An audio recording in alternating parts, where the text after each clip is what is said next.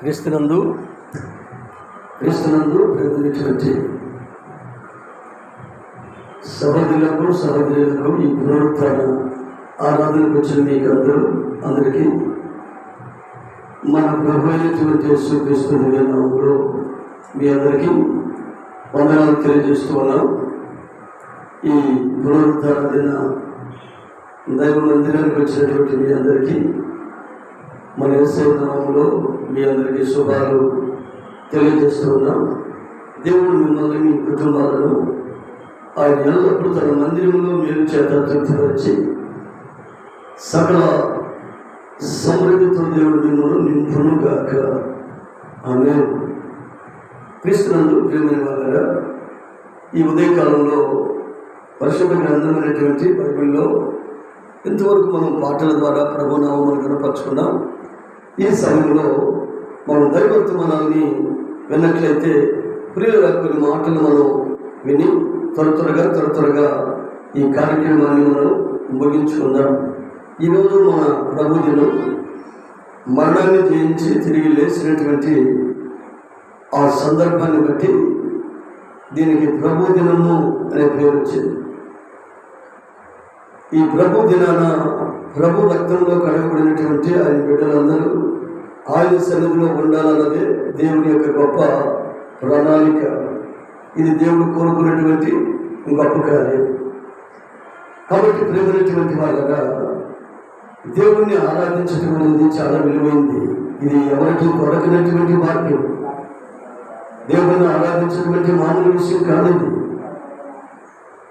సృష్టికర్త అయిన దేవుణ్ణి, భూమి ఆకాశాలు కలుగు చేసినటువంటి సృష్టికర్త అయిన నిజ దేవుణ్ణి ఆరాధించేటువంటి భాగ్యం మనకు దొరికిందంటే నిజంగా ఇది మామూలు విషయం కాదు, మామూలుగా ఆలోచించాల విషయం కాదు. ఇదేదో మన తాతలు ఎవరో చేసిన పుణ్యం కాదు. యేసుక్రీస్తు ప్రభు తన ఉచితమైన కృప ద్వారా ఈ వాక్యం మనకి దొరికింది. యేసయ్య కృప ద్వారా దొరికింది. ఇదిగా ఈ లోక సంబంధమైన ఆచారాల ద్వారా, ఈ లోక సంబంధమైనటువంటి పరిస్థితుల ద్వారా, ఈ లోక సంబంధమైనటువంటి బాంధవ్యముల ద్వారా, ఈ లోక సంబంధమైనటువంటి ఏదో పెద్దల దేవుని బిడ్డల ఈ పుణ్యాల ద్వారా ఇది మనకు దొరకలేదు. కనుక ఈ దొరికినటువంటి భాగ్యాన్ని, దొరికినటువంటి ప్రభు సన్నిధిని, దొరికినటువంటి ఆయన మనకిచ్చిన ఈ కృపను మనం సద్వినియోగం చేసుకుంటూ దేవుని మందిరంలో నిత్యము ఆరాధించే వారిగా ఉండాలని మన ప్రభు కోరుకుంటున్నాడు. అలా తన ప్రజలు తన సన్నిధిలో ఉండాలని, తన కళ్ళ ముందు ఉండాలని, ఆయన్ని ఆరాధిస్తూ ఉన్నప్పుడు, పాడుతూ ఉన్నప్పుడు, సప్పట్లతో ఆయన నామమును కనపరుస్తున్నప్పుడు, ఆయన మేలు తలపోసుకుంటూ సాక్ష్యాలు చెబుతూ ఉన్నప్పుడు ప్రభు వారిని చూసి ఆనందించాలని ఆయన కోరుకుంటూ ఉన్నాడు. ఏమని? నీవు ఆయన సన్నిధిలో ప్రభు దినాన కనబడాలని. దేవుని బిడ్డలారా, ఈ ఆదివారం అనేది, ఈ ప్రభు దినం అనేది చాలా క్రైస్తవ జీవితానికి ప్రాముఖ్యమైనది. ఒక క్రైస్తవునికి ఒక ప్రాముఖ్యమైనటువంటిది ఏంటి జీవితంలో అంటే ఒక పునరుత్థాన ఆదివారపు ఆరాధన. ఈ ఆరాధనలో నువ్వు తన ఎత్తు బంగారం పోసినా, చూసారా, ఎంత డబ్బిచ్చినా, ఎన్ని పరిస్థితులు తన ముందు నువ్వు వెలవేసి ఆశలు చూపించినా, దేవుని పిల్లలు పొరపాటును కూడా ఆదివారం అనగా ప్రభు దినాన దేవుణ్ణి ఆరాధించకుండా, పరవశించకుండా, దేవుని సన్నిధిలో వారు కనబడకుండా పొరపాటు కూడా ఉండలేరు. ఎందుకు ఉండలేరు అంటే దేవుని బిడ్డలారా, ఈ భూమి మీద మన జీవితాలను వెలిగించిన వాడు ఆయనే, మన బ్రతుకులను మార్చిన వాడు ఆయనే. ఎవరి ద్వారా మనం మార్చబడలేదు. ఎవరి ద్వారా మనకి సమృద్ధి, ఈ స్థితి, ఈ సమాధానం మనకు రాలేదు. ఎవరి ద్వారా వచ్చిందండి? మన యేసయ్య ద్వారా ఇది మనకు అనుగ్రహింపబడింది. యేసయ్య ద్వారా మనకి తండ్రి అయిన దేవుని యొద్ద నుండి కుమారుడైన యేసయ్యను ఈ భూమి మీదకి ఒక బలిగా, అర్పణగా ఆయన దేవుని బిడ్డల చాలివని మన ఎడల మన దేన స్థితిని, మనము దేన దశలో ఉన్నప్పుడు ఆయన మనల్ని జ్ఞాపకం చేసుకొని తన కుమారుని ఈ భూమి మీదకి బలిగా ఒక అర్పణగా ఇస్తే ఆ కుమారుని ద్వారా మనకి తండ్రి సన్నిధి మనకు దొరికింది. ప్రైజలో గనుక ప్రియులారా, క్రైస్తవ బిడ్డలారా, క్రీస్తు రక్తములో కడగబడి భూమి పుట్టుక మునిపే తల్లి గర్భములో నిరూపించబడే మునిపే దేవుని చేత ఎరగబడి ఎన్నిక చేయబడి ఏర్పరచబడినటువంటి దేవుని జనాంగము, నీవు చనిపోయేదాకా ఈ భూమి మీద బ్రతికినంత కాలం ఈ దినము నీ గుండెల్లో ఒక ప్రథమ స్థానంగా నిలిచిపోవాలి. ఎన్ని పరిస్థితులైనా, అది పెళ్ళే కావచ్చు, బంధువులే కావచ్చు, లేకపోతే ఇంకొక పరిస్థితులే కావచ్చు, అది ఎలాంటి పరిస్థితులైనా ఈ ఆదివారపు పునరుద్ధాన దినం, ప్రభు దినం ఎప్పుడు కూడా ఇందులో నుండి నువ్వు మిస్ అయిపోకూడదు, ఇందులో నుండి నువ్వు తొలగిపోకూడదు. ఈ దినము చాలా ప్రాముఖ్యమైన దినం. ఈ దినము నీకు, నీ కుటుంబాలకు, నీ యొక్క సమస్తానికి తరతరాల ఆశీర్వాదాన్ని తెచ్చిపెట్టేటువంటి దినముగా ప్రభు దీన్ని ఆశ్రయించాడు.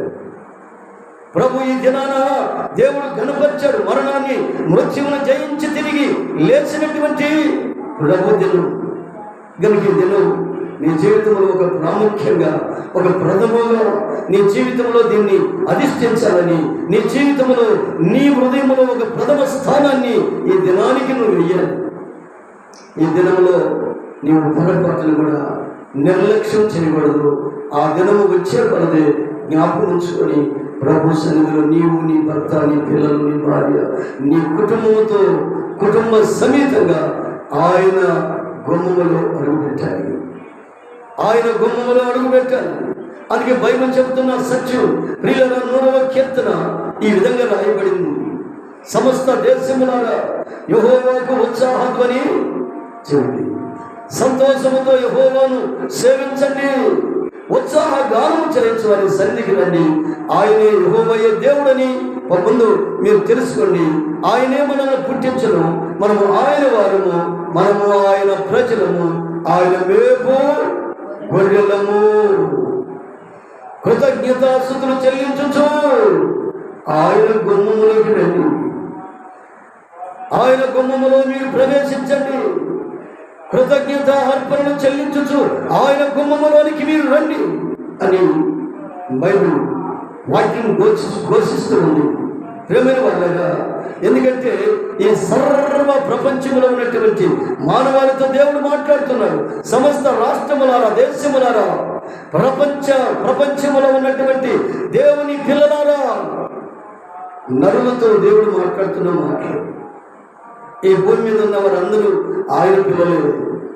నువ్వు ఏ కులమైనా, ఏ మతమైనా, ఏ దేశమైనా, ఏ రంగు కలిగి ఉన్నా, ఏ ప్రాంతంలో ఉన్నా, దేవుని పిల్లలను నువ్వు ఎవరివైనా మీరంతా ఆయన సాంపత్యం, ఆయన యొక్క దేవుని బిడ్డల సౌర్యం. మనం ఆయన అధికారముతో, ఆయన యొక్క జ్ఞానముతో మనల్ని కలుగు చేశాడు. మనం ఆయన పోలికలో చేయబడ్డవాళ్ళము.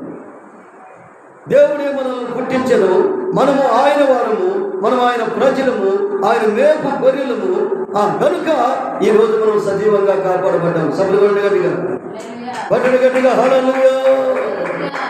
ఈ రోజు సజీవంగా కాపాడబడింది కదా కారణం నీ బలమో, నీ జ్ఞానమో, నీ తెలివో, నీ విద్యో, నీ అధికారమో కాదు. కాదు కాదు కాదండి, పొరపాటును కాదు.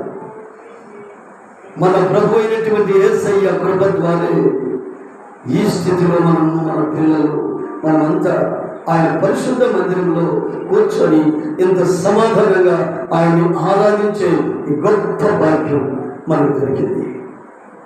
అందుకే దేవుడు అంటున్నాడు, ప్రేమనటువంటి వాళ్ళరా, ఈ 100వ కీర్తన మీరు చదివారు కదా, నిజంగా చూసినట్లయితే ఇంకొక వాక్యం కూడా ఉంది. కీర్తన గ్రంథం 42వ అధ్యాయం చదవండి. మొదటి నుంచి మనం చదువుతాం. దొప్పి నీతి వాగుల కొరకు దేవా నీ కొరకు నా ప్రాణము ఆశపడుతున్నది. నా ప్రాణము దేవుని కొరకు తృష్ణపడుచున్నది. జీవము గల దేవుని కొరకు తృష్ణపడుచున్నది. దేవుని సన్నిధికి నేను ఎప్పుడు వచ్చేదను, ఆయన సన్నిధిని నేను ఎప్పుడు కనబడదను అని ఇక్కడ ఈ భక్తులు ఆశ కలిగి ఉన్నాడట. ఆశ కలిగి ఉన్నాడట.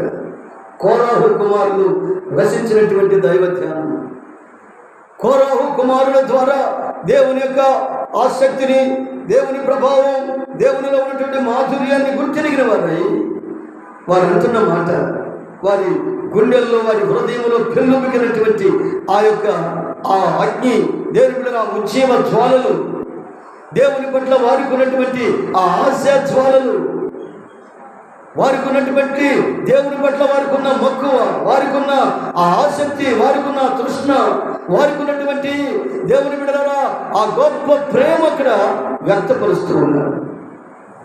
దుప్పి నీటి వాగుల కొరకు ఆశపడినట్లుగా, దేవా నీ కొరకు నా ప్రాణము ఆశపడుతుంది. నేను ఎప్పుడు దేవుని సన్నిధికి వెళ్ళేదను, ఎప్పుడు నా దేవుని సన్నిధిలో కనబడాలి అనేటువంటి తృష్ణ తృష్ణ తృష్ణ తృష్ణ దాహం కలిగి ఉన్నట్లుగా ఈ భక్తుని యొక్క దేవుని బిడ్డగా అంతరంగం ఘోషిస్తుంది. ఈ భక్తుని యొక్క అంతరంగంలో యేసును గురించినటువంటి ఆ గొప్ప ఆసక్తి, ప్రభువును గురించినటువంటి ఆ గొప్ప ప్రతిష్టత తన గుండెల్లో ఉండిపోయిందండి. మరి దేవుని బిడ్డగా ఈరోజు మనం దేవుని మందిరానికి రావాలి, ఆయన మందిరంలో ఆరాధించేవాడిగా ఉండాలి. ఎందుకో తెలుసా, మనం దేవుడు కాపాడాలి. ఆయన గొర్రెల్లో ఆయన మన కాపురుగా ఉండి ఎన్ని కష్టాలు వచ్చినా ఏ కీడు రాకుండా, పగటి వేళ ఎగిరే బాణము నుండి, రాత్రి వేళ సంచరించే తెగుల నుండి, మధ్యాహ్నం ముందు పోటు చేసే రోగము నుండి 1000 మంది మన పక్కపడ్డారు, 10,000 మంది మన కుడి ప్రక్కన కూలిన అపాయము రానివ్వకుండా, ఏ తెగులు మన గుడారం మీదకి రానివ్వకుండా, ఇన్ని రోజులు మనల్ని ఈ వారమంతా దేవుని బిడ్డలారా కాల్చి కాపాడిన దేవుడు కనుక కృతజ్ఞత అర్పణలు చెల్లించు. ఎక్కడికి రావాలి మనం? చెప్పండి, ఎక్కడికి? ఆయన గుమ్మములో ప్రవేశించాలి. ఇదండి దేవుడిని కోరుకునేటువంటి అద్భుతమైన ఆ కోరిక. నీ నుండి దేవుడు ఆశపడేది ఇదొక్కటే, కృతజ్ఞత అర్పణలు చెల్లించు. నా గుమ్మములో మీరు ప్రవేశించారు. ఆయన గుమ్మములో ప్రవేశించారు. కీర్తనలు పాడుచు ఆయన ఆవరణములో ప్రవేశించండి. ఎంత గొప్ప భాగ్యం! ఆయన ఆలయంలో ఏముందండి? ఆయన ఆలయంలో ఏముంది? ఆయన ఆలయంలో నీ దుఃఖం పోతుంది, ఆయన ఆలయంలో నీ చింతలు పోతాయి, ఆయన ఆలయంలో నీకు ధైర్యం వస్తుంది, ఆయన ఆలయంలో దేవుని ప్రసన్నత ప్రభావం అక్కడ ఉంటుంది. దేవుని ఉత్సాహ సునాద గీతాలు ఉంటాయి. నీ ఆత్మ ఉల్లాసించేటట్టు అక్కడ చక్కటి వాయిద్యాలు, చక్కటి సంగీతాలు, పాటలు. మీ ఆత్మ హర్షించి సృష్టికర్తను దేవుని బిడ్డలను దర్శించే క్షణాలవి. ప్రభువుతో నేలమై నువ్వు ప్రభు కలుసుకున్నటువంటి స్థలమే దేవుని మందిరం. సభలుగా నీవు దేవుని బిడ్డలా కలుసుకున్నటువంటి ఈ గొప్ప స్థలం, మన ప్రాణ ప్రియుని కలుసుకునే స్థలమే దేవుని మందిరం అండి. నీ కొరకు ప్రాణం పెట్టిన నీ ప్రియుణ్ణి, నీ కొరకు దిగి వచ్చినటువంటి నీ ప్రియుణ్ణి, ఈ భూలోకానికి నీ కొరకు నీ పోలికలో వచ్చినటువంటి నీ యొక్క ప్రియుడు, దీనుడు, నీ రక్షకుని కలుసుకునే అద్భుతమైన స్థలం, నీ అనుభూతిని పంచుకున్నటువంటి స్థలం అండి దేవుని మందిరం. దేవుని మందిరంలో నీ చంద్రబాతాయి, దేవుని మందిరంలో నీవు ఆనందిస్తావు. అందుకే భక్తుడు అంటాడు, కీర్తనకారుడు, ప్రియులారా 84వ కీర్తనలో, యెహోవా నీ గుడారములో, అయ్యా అయ్యా అయ్యా యెహోవా నీ మందిరమునందు నివసించేవారు ధన్యులయ్యా, నీ మందిరమునందు నివసించేవారు ధన్యులు. నువ్వేమేమో చేసినా ధన్యుడు కాలేవు. నువ్వెన్ని పుణ్యాలు చేసినా, ఎన్ని పురస్కారాలు చేసినా, ఎన్ని డబ్బులు ఖర్చు పెట్టినా, నువ్వు ఎంత చేసినా నీవు ధన్యుడు కాలేవు. ఇంకెక్కడికి పోతే ధన్యుడు అవుతావు? నీ మందిరమునందు నివసించేవారు ధన్యులు. దేవుని మందిరములో నీవు నివసించాలి. నువ్వు అక్కడవే కాదండి, నీవు, నీ భార్య, నీ పిల్లలు, నీ భర్త, నీ బిడ్డలు, నీ కుటుంబం అంతా సిద్ధపడి ఈ దినాన్ని ఘనంగా ఎంచి, ఇది నా ప్రభు దినమని, ఇది నా తండ్రిని ఆరాధించే దినమని, నా ప్రాణప్రియుని కలుసుకునే సమయము స్థలమని నువ్వు అనుకొని నా చింతలు పోగొట్టేటువంటి నా సన్నిధి అని, నా దేవుని సన్నిధి అని నువ్వు గుర్తిరిగి విశ్వసించి ఆయన మందిరంలోనికి పోతే నేను దీవించబడతాను, ఆశీర్వదించబడతాను, నా కొరతలు తీరుతాయి, ఈ లోకములో నేను సమృద్ధిగా దీవించబడే స్థలమని నువ్వు విశ్వసించినట్లయితే, రుచి చూసినట్లయితే, ఈ పునరుద్ధాన ఆరాధనలో ఉన్న ఆ సత్యము, ఆ నిజమైనటువంటి ఆశీర్వాదము నిజంగా ఎరిగితే, నీ ఎత్తున బంగారం వచ్చిన నీవు ఇంట్లో ఆగనే ఆగవు. ఈ దినాన్ని తప్పించు, ఈ దినాన్ని విడిచిన ఉండలేదు. ఈ దినాన్ని విడిచి ఒక్క క్షణం కూడా దేవుని మందిరానికి నువ్వు దూరం అవుతావా? అవును. అందుకే ప్రేమిల వల్ల దేవుని మందిరములో ఉండటం నీకు ఎంత ధన్యతండి. భక్తిహీనుల గుడారములో నివసించడం కంటే నా దేవుని మందిర ఆవరణములో నివసించుట, చెప్పండి చెప్పండి చెప్పండి మీరు చెప్పండి, 1000 దినముల కంటే ఏమండి ఒక్క దినం ఆయన మందిరంలో కూడా కాదండి, ఆయన ఆవరణములో, ఆయన మందిర ఆవరణంలో నివసిస్తే ఒక్క దినము గడిపితే 1000 దినాల కంటే కూడా శ్రేష్టం. ఎంత గొప్ప భాగ్యం, ఎంత ధన్యత, ఎంత ధన్యతండి. 1000 దినాల కంటే శ్రేష్టం అంటే ఒక్క ఆదివారం నువ్వు మందిరానికి రాకపోతే, ప్రభు సన్నిధిలో కనబడకపోతే 1000 దినాలకు పోగొట్టుకున్నావు. 1000 దినాలను నీ జీవితంలో దేవుడిచ్చినటువంటి ఆ ఆశీర్వాదాన్ని మనం కోల్పోయింటే కదా. గమనించండి, దేవుని బిడ్డలారా, 1000 దినాల కంటే శ్రేష్టం. భక్తిహీనుల గుడారములో నివసించుట కంటే, వ్యర్థమైన స్థలాలలో నివసించుట కంటే, నా దేవుని మందిర ఆవరణములో నివసించుట 1000 దినముల కంటే శ్రేష్టం. అందుకే దావీదు మహారాజు అంటాడు, 51వ కీర్తన 8వ వాక్యంలో ఏముందో తెలుసా? ఆ చక్కటి మాట, చాలా విలువైన మాట రాశాడండి అక్కడ. నేనైతే అంటాడు. మీరు ఎక్కడ ఉంటారో నాకు తెలియదు. మీరు సింహాలకు వెళ్తారు, మీరు శిఖార్లకు వెళ్తారు, లేకపోతే మీరు వ్యర్థమైన స్థలాలకు వెళతారు, వృధాగా సమయాన్ని పాడు చేసుకుంటారు. ఇవి దినములు చెడ్డవి కనుక సమయాన్ని పోనీక అజ్ఞానుల వలె గాక ఇదిగో జ్ఞానుల వలె నడుచుకోమని నా దేవుని వాక్యం తెలియజేస్తుంది కనుక మీరు ఎక్కడికి వెళతారో నాకు తెలియదు. నేనైతే నా దేవుని మందిరములో పచ్చని విలువ చెట్టులాగా ఉంటాను. సపలు కొట్టండి, సపలు కొట్టండి గట్టిగా. హల్లెలూయా. మీరు ఎక్కడికి వెళ్తారో నాకు తెలియదు. మీరు పండుగలు చేసుకుంటారు, సరదాలు చేసుకుంటారు, ఈ సెలవు దినమని, ఆదివారం అని మీరు ఏమేం చేసుకుంటారో నాకు తెలియదు. కానీ నేనైతే నా దేవుని మందిరములో పచ్చని ఒలీవ చెట్టు వలె ఉంటాను. పచ్చని ఒలీవ చెట్టు వలె ఉంటాడట. క్రీస్తునందు ప్రేమనెత్తుకుంటే వాళ్ళగా ఈరోజు నీ జీవితంలో నువ్వు ఎలా ఉండాలనుకుంటున్నావు? పచ్చని ఒలీవ చెట్టులాగా నీ జీవితం ధన్యంగా మారాలని నీకు లేదా? నీ జీవితంలో ప్రియులుగా నిజంగా ఆయన అంటున్నాడు, అలాంటి ఆశ నీకు లేదా? కొరాహు కుమారుని అంటున్నారు, అయ్యా దుప్పి నీతి వాగుల కొరకు ఆశపడినట్లుగా దేవో నీ కొరకు నా ప్రాణము ఆశపడుతుందయ్యా. నీ ప్రాణము ప్రియుడా దేని కొరకు ఆశపడుతుంది? ప్రియుడా నీ యొక్క ప్రాణం దేని కొరకు తృష్ణ కొని ఉన్నావు? దేని కొరకు తప్పిస్తూ ఉన్నావు? దేని కొరకు ఆశపడుతున్నావు? దేని కొరకు అరులు చాస్తూ ఉన్నావు? దేని కొరకు శరీరమైన సుఖాల కొరకు, అందులో కనబడి అందులో మాయమైపోయే ఈ ఆవిరి, ఈ వైభవాల కొరకు, ఈ అశాశ్వతమైన లోకము కొరకు దేనికి నీ ప్రాణం ఆశపడుతుంది? దేని కొరకు నీ ప్రాణము తృష్ణ ఉంటుంది? ఈ రోజున ఈ ఆరాధనలో ప్రభు సన్నిధిలో నువ్వు తెలుసుకోవాల్సిన అవసరం ఎంతైనా ఉంది. దేవుని బిడ్డలారా, కోరాహు కుమారులు అంటున్నారు, దేవా దేవా దేవా దేవా దుప్పి నీటి వాగుల కొరకు ఆశపడినట్లుగా నా ప్రభువా నా ప్రాణము నీ కొరకు ఆశపడుతుందయ్యా. దుప్పి నీళ్ళంటే దుప్పికి చాలా ఇష్టమండి. నీటి వాగులు ఎక్కడ ఉంటాయా అని ఎత్తుకులాడుతూ ఉంటుంది. కొన్నిసార్లు మోసపోద్ది ఈ దుప్పి. ఎండాకాలాల్లో అది పరుగులెత్తి బాగా దాహమైనప్పుడు ఎడారుల్లో పరిగెత్తుతూ ఉండదట. ఎండమావులు నిగలాడుతూ ఉంటే ఆ ఎండమావులు చూసి అవే కదా నీళ్లు, నా దాహం తీర్చుకుందామని అక్కడికి పరుగులు చేస్తుందంట కుప్పి. అక్కడికి వెళ్ళి చూస్తే అక్కడ నీళ్లు ఉండవు. మళ్ళా అటు కళ్ళు ఎత్తి చూస్తే ఇంకా చాలా దూరంలో మరి ఎండమావులు నిగ నీళ్ళలాగా ఈ దుప్పిని పెడుతూ ఉంటాయి. మళ్ళీ అక్కడికి వెళ్తారు. అక్కడ మధ్య అక్కడ ఉండు, మొత్తానికి అటెళ్ళి మొత్తానికి ఏదో ఒక సెల, ఏదో చిన్న వాగు, ఏదో ఒకటి కనపడుతుంది. తన దాహాన్ని తీర్చుకొని కానీ రాదు. తన దాహం తీర్చడానికి ఎంత దూరమైనా, ఎన్ని మైళ్ళైనా, ఎంత దూరమే ఉన్నా, ఆ వాగు దగ్గరే ఉన్నా, దూరమే ఉన్నా, ఎక్కడున్నా దాని యొక్క దాహం తీరేదాకా అది ఆగలే ఆగదు. ఎందుకో తెలుసా? దాహం లేకపోతే దుప్పి ఆహారం లేకపోయినా ఉంటుంది, కానీ నీళ్లు లేకపోతే పొరపాటును కూడా అది బ్రతకటం కష్టం.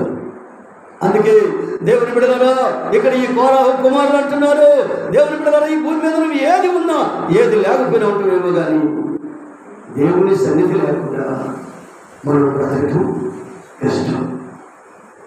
దేవుని సన్నిధి, దేవుని బిడ్డలారా ఉండాలని నీ ప్రాణం ఆశపడాలి. దేని కొరకు నీ ప్రాణం ఆశపడాలి?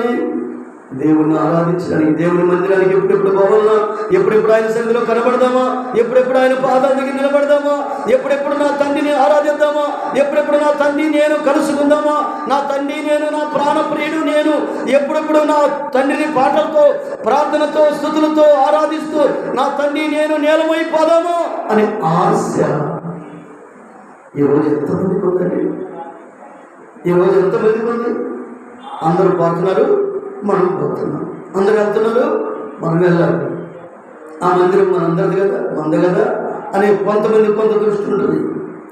కాబట్టి మనం వెళ్దాం అనే దృష్టి కొంతమందికి ఉంటుంది. ఇలా రాకూడదు, నువ్వు ఆచారంగానో అందరిలాగానో రాకూడదు. నీ ప్రేమతో ఒక ప్రత్యేకమైన, ఒక ప్రతిష్ఠితమైన, ఒక విలువైన ప్రణాళిక కలిగి దేవుని దగ్గరికి వచ్చి నీ దాహాన్ని తీర్చుకొని పోవలసిన గొప్ప సమయం ఇది.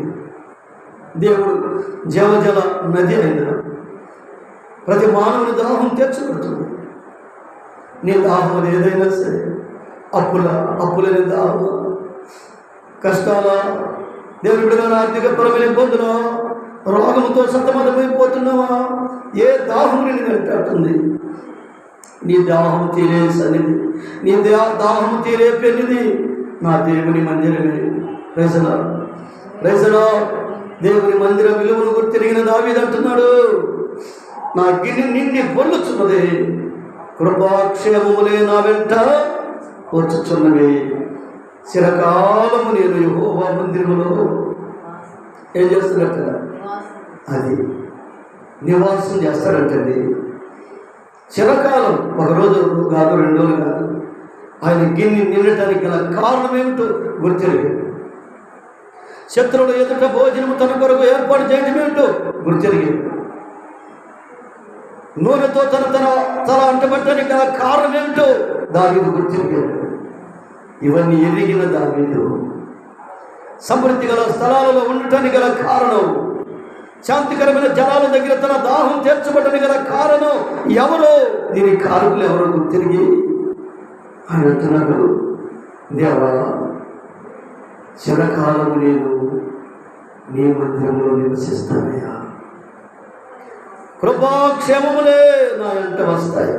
నేను ఎప్పుడైతే మందిరానికి వెళ్తున్నానో, నా దేవుని మందిరంలో నేను ఉంటున్నాను కనుక, ఏకువ నేను మందిరానికి వెళ్తున్నాను కనుక, మధ్యాహ్నం ఆయన మందిరంలో ధ్యానిస్తున్నాను కనుక, సాయంత్రం ఆయన ధ్యానిస్తున్నాను కనుక, నా మందిరములో మేలు చేత నా దేవుడు నన్ను తృప్తిపరుస్తున్నాడు.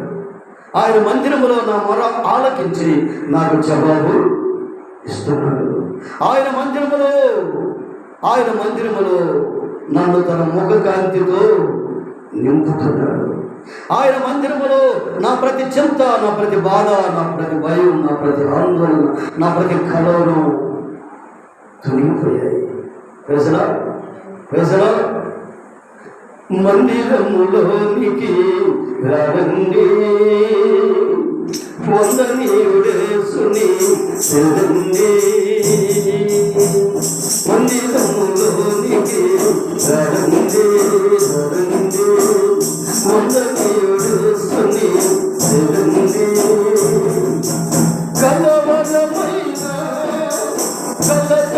ఉన్నా కలవరమైన కలతలు ఉన్నా తొలగిపోవును ఆలయాన చేరును కలుగు సుఖమును ఓ ప్రభుని వేడను మందిరములోనికి రండి రండి వందనీయుడు యేసుని చేరండి కలవరమైన కలతలు ఉన్నా కలవరమైన కలతలు ఉన్నా తొలగిపోవును ఆలయాన చేరును కలుగు సుఖమును ఆ ప్రభుని వేడను మందిరములోనికి రండి రండి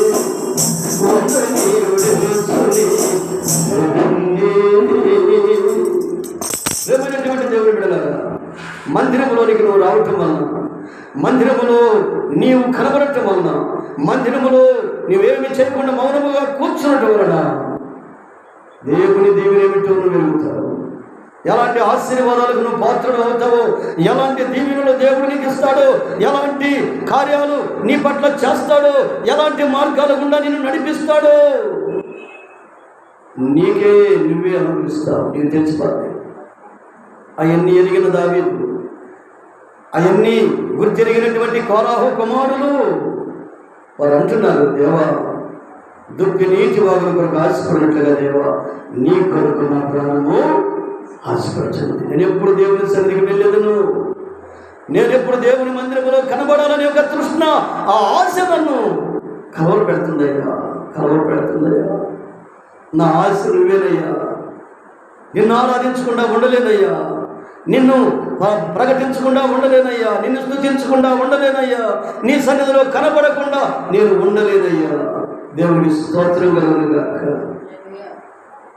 ప్రేమైన వాళ్ళరా,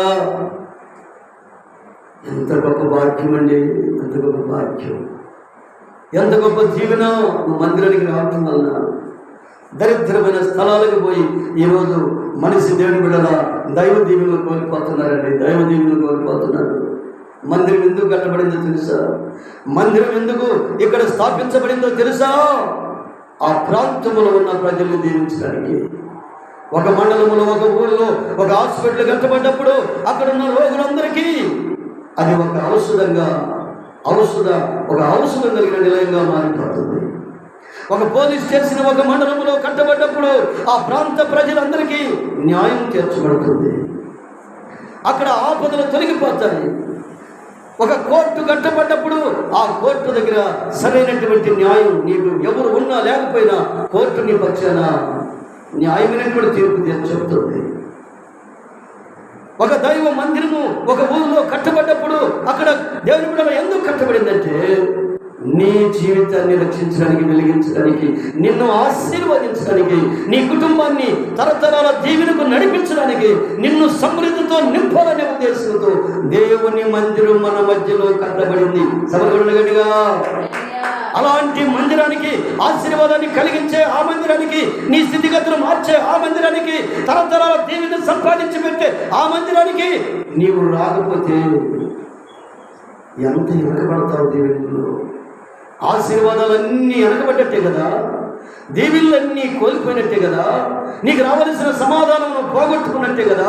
ఆ ఊరిలో, ఆ ప్రాంతంలో నీ కొరకు కట్టబడిన మందిరం, నీ కొరకు స్థాపించబడిన మందిరం నిన్ను ఆశీర్వదించాలని, నిన్ను దీవించాలని, నిన్ను గణపరచాలని, నిన్ను నీరు కట్టిన తోటలాగా చేయాలని దేవుడు మందిరం కడితే ఎవరెవరో వస్తున్నారు, ఎక్కడెక్కడో వస్తున్నారు, కానీ స్థానికంగా నువ్వు దేవుని మందిరంలోకి వస్తున్నావా?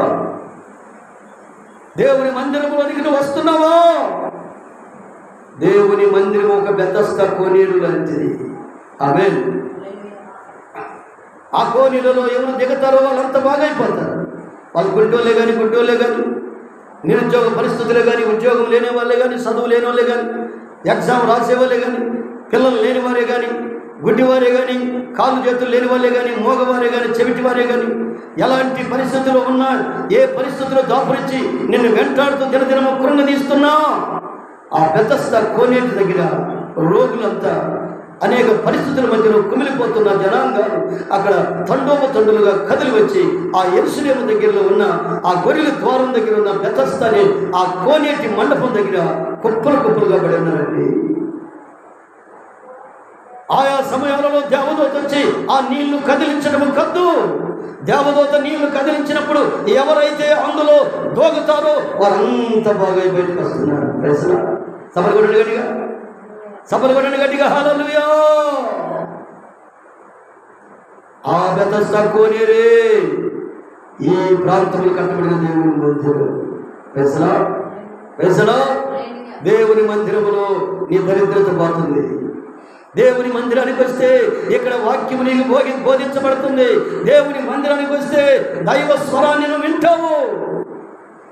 దేవుని మందిరములో నీవు నీ పిల్లలు దిద్దబడతారు గనుక ప్రియ దేవుని బిడ్డలారా, దేవుని మందిరాన్ని కాలదనుకోబాకండి, దేవుని మందిరాన్ని వృధాపరచుకోబాకండి. అందుకే ప్రకటన గ్రంథం 11వ అధ్యాయంలో వాక్యం తెలియజేస్తూ ఉంది.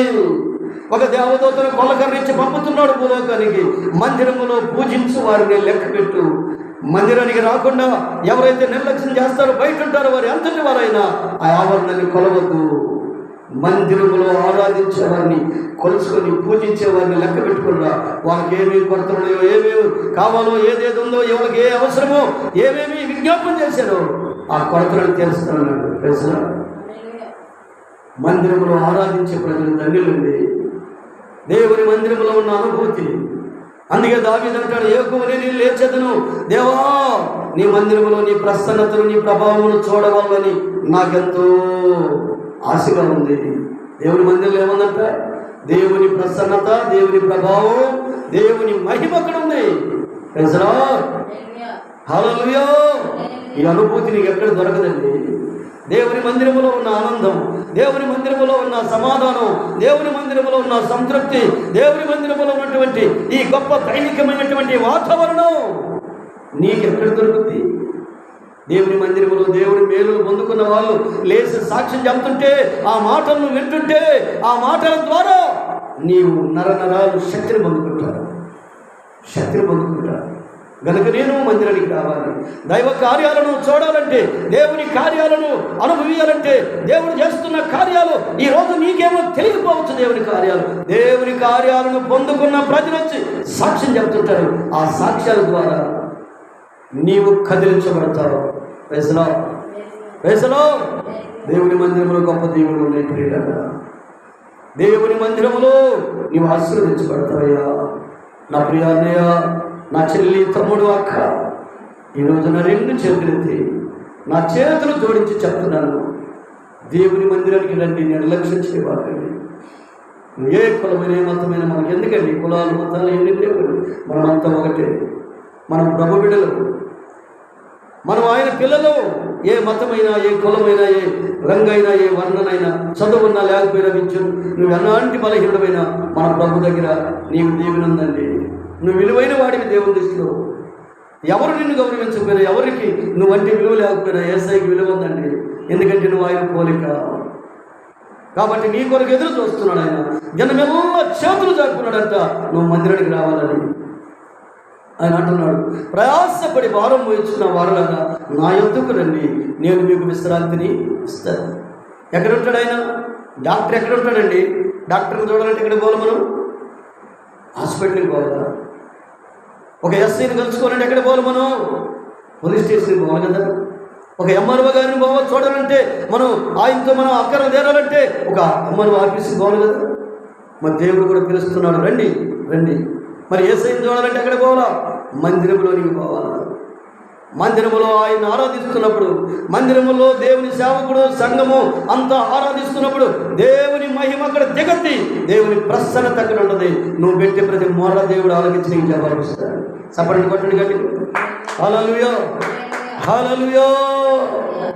గనుక నా ప్రియ దేవుని పిల్లలాగా దేవుని మందిరానికి వెళ్దాం, దీవించబడదాం, మన దరిద్రతను పోగొట్టుకుందాం. నేను వెంటాడుతున్న సేగర శక్తులు, అంధకార శక్తులు, దురాత్మ శక్తులు ఇవన్నీ కూలిపోవాలంటే నీవు దేవుని మందిరంలో నీవు నీ పిల్లలు కనబడాలి. ప్రార్థన చేసుకుందామా? ప్రార్థన చేసుకుందాము. ఒక విశ్రాంతి దినాన మందిరంలో ఉన్నటువంటి ఒక ఆమెను చూసి యేసయ్య అక్కడికి వెళ్ళి నడుము మోగిపోయిందట. 18 ఏళ్ల నుంచి ఆమెకి రోగం. ఆయన అంటున్నాడు, అమ్మా ఎన్ని ఏళ్ల నుండి ఈ స్థితిలో ఉన్నావు? నీ వయసు చూస్తే చాలా చిన్న వయసే, చాలా చక్కగా ఉన్నావే, ఎంత బాగున్నావు, నీవు ఎందుకు ఇలా వంగిపోతున్నావు? ఎందుకు నీ నడుము ఇలా వంగిపోయింది? ఇది ఎప్పుడు నీకు సంభవించింది? ఎన్ని సంవత్సరాల నుంచి ఇలా వెంటాడి నిన్ను బాధ పెడుతుంది అన్నప్పుడు ఆయన అన్నాడు, ఆమె అంటున్న మాట ఏందో తెలుసా? అయ్యా 18 సంవత్సరాల నుంచి ఈ బలహీనపరిచే ఈ యొక్క బలహీనత నుండి వెంటాడుతుంది. అది ఒక రోగం కాదు, బలహీనపరిచే దయ్యం అది. వెంటనే ప్రియులైన యేసయ్య అన్నాడు, నీ నడుము నువ్వు లేచి నువ్వు నిలబడు అన్నాడు. అంతే. వంగిపోయిన నడుము కలిగిన స్త్రీ లేచి చక్కగా సమాజ మందిరంలో లేచి నిలబడిందండి. ఎక్కడ పోయింది తన ఆ నడుము వంగిపోయిన స్థితి? ఎక్కడ పోయింది చెప్పండి? ఎన్ని హాస్పిటల్ తిరిగిందో పోయిందా? ఎన్ని వైద్యులను సంప్రదించుంటుందో పోయిందా? ఎక్కడ పోలేదండి. ఒకరోజు దేవుని మందిరానికి వచ్చింది. ఆ మందిరంలో నా యేసయ్య అక్కడ ఉన్నాడు. వెంటనే ఆమె నడుము వంగిపోయిన స్త్రీ లేచి నడిచింది. ఆ కోనేటి మండపం దగ్గర ఎన్నో ఏళ్ల నుంచి ఆ దేవుని పక్షవాతం కలిగిన ఒక ఆయన ఉన్నాడు. ఆయన దింపేవారు ఎవరు లేరు పాపం. అయితే దగ్గరే ఉన్నాడండి, ఆవరణంలో ఉన్నాడు అనుకోండి.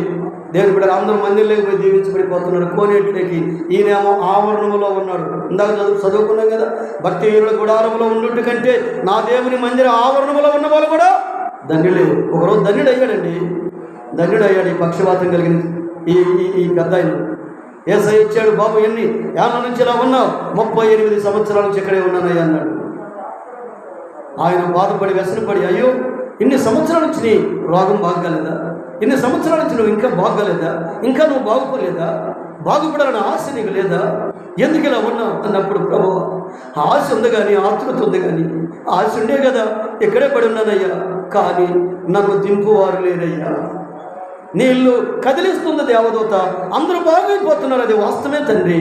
కుంటివారు నా కళ్ళ ముందు నడుస్తున్నారు, గుడ్డివారు నా కళ్ళ ముందు చూస్తున్నారు, మగవారు నా కళ్ళ ముందు మాట్లాడుతున్నారు, అవిటి వారు నడుస్తున్నారయ్యా, సెవిటి వారు వినికిడి పొందుతున్నారయ్యా, కుష్ఠరోగులు బాగవుతున్నారయ్యా, వ్యాధిగ్రస్తులు సైతం గంతులు వేస్తూ క్రొవ్విన దూడలు గంతులు వినట్లు గంతులు వేస్తున్నారు. కానీ తండ్రి ఆ నీళ్లు కదిలించినప్పుడు నాకంటూ ఎవరు లేరయ్యా, ఆ నీళ్ళలో దింపేవారు నాకు లేరయ్య అన్నప్పుడు వెంటనే నా యేసయ్య అన్నాడు, నువ్వు లేచి నీ పరుపెత్తుకున్నాడు అనగానే లేచి నడిచి పరుపెత్తుకొని గంతులు వేస్తున్నాడండి. సఫలగొడని గట్టిగా కొట్టగట్టిగా హల్లెలూయా. యేసయ్య మాటలో శక్తి ఉంది. యేసయ్య మాటలలో చాలా శక్తి ఉన్నది, స్వామి మాటలలోన ఎంతో బలమున్నది, స్వామి మాటలలోన ఎంతో బలమున్నది, యేసయ్య మాటలలో ఎంతో ఉన్నది, యేసయ్య మాటలలో చాలా శక్తి ఉన్నది, స్వామి మాటలలోన ఎంతో బలమున్నది, యేసయ్య మాటలలో చాలా బలమున్నది. హల్లెలూయా. యేసయ్య మాట ఎప్పుడైతే ఆ పక్షవాయువు కలిగినటువంటి ఆయన విన్నాడు, పరుపు ఎత్తుకొని ఎప్పుడైతే నడుమన్నాడో లేచి గంతులేస్తున్నాడని సఫలగొడని గట్టిగా గట్టిగా హల్లెలూయా. ఈరోజు అలాంటి స్థితి నీకు రావాలంటే, అలాంటి పరిస్థితులు నీకు నీ కుటుంబానికి రావాలంటే, ఇలాంటి పరిస్థితులు ఇలాంటి సమృద్ధి నీ కుటుంబాలు ఉండాలంటే నీవు దేవుని మందిరానికి రావాలి. నీవు దేవుని మందిరానికి రావాలి. ఎక్కడికెక్కడికో వెళ్ళావు, ఎక్కడికెక్కడికో పోయావు, ఒకసారి దేవుని మందిరానికి వచ్చి చూడు. నీ ఆశీర్వాదాలకి అవధులు ఉండవు, నీ ఆనందానికి అవధులు ఉండవండి. గనకట్టి కృప పరిశుద్ధాత్మ దేవుడు అన్నయ్య నిన్ను నడిపించాలని నేను మనసారా కోరుకుంటున్నాను. దేవుని మందిరానికి వస్తావా? ప్రియ దేవుని బిడ్డలారా, ఎవరు లేరనుకుంటున్నావా? ఎవరు ఉండాల్సిన అవసరం లేదండి. నా దేవుడు మన యేసయ్య నిన్ను కాపాడుతాడు. ఆయన మందిరంలోనికి రా, మొరపెట్టుకో, దేవుడు నిన్ను దర్శిస్తాడు. అట్టి కృప దేవుడికి ఇచ్చును గాక. ఆమె ప్రార్థన చేసుకుందామా? ప్రార్థన చేసుకుందాం. పాస్టర్ గారు ప్రార్థన చేస్తారు.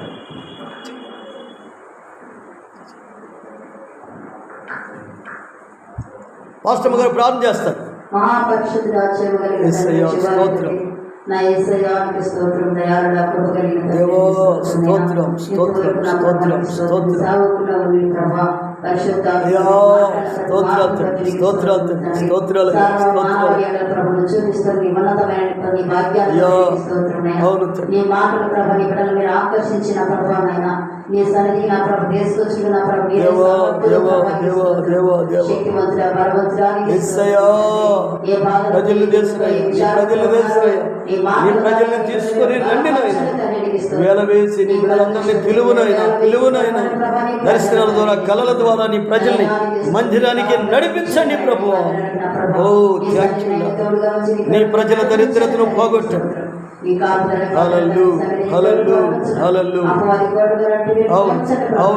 అవును తండ్రి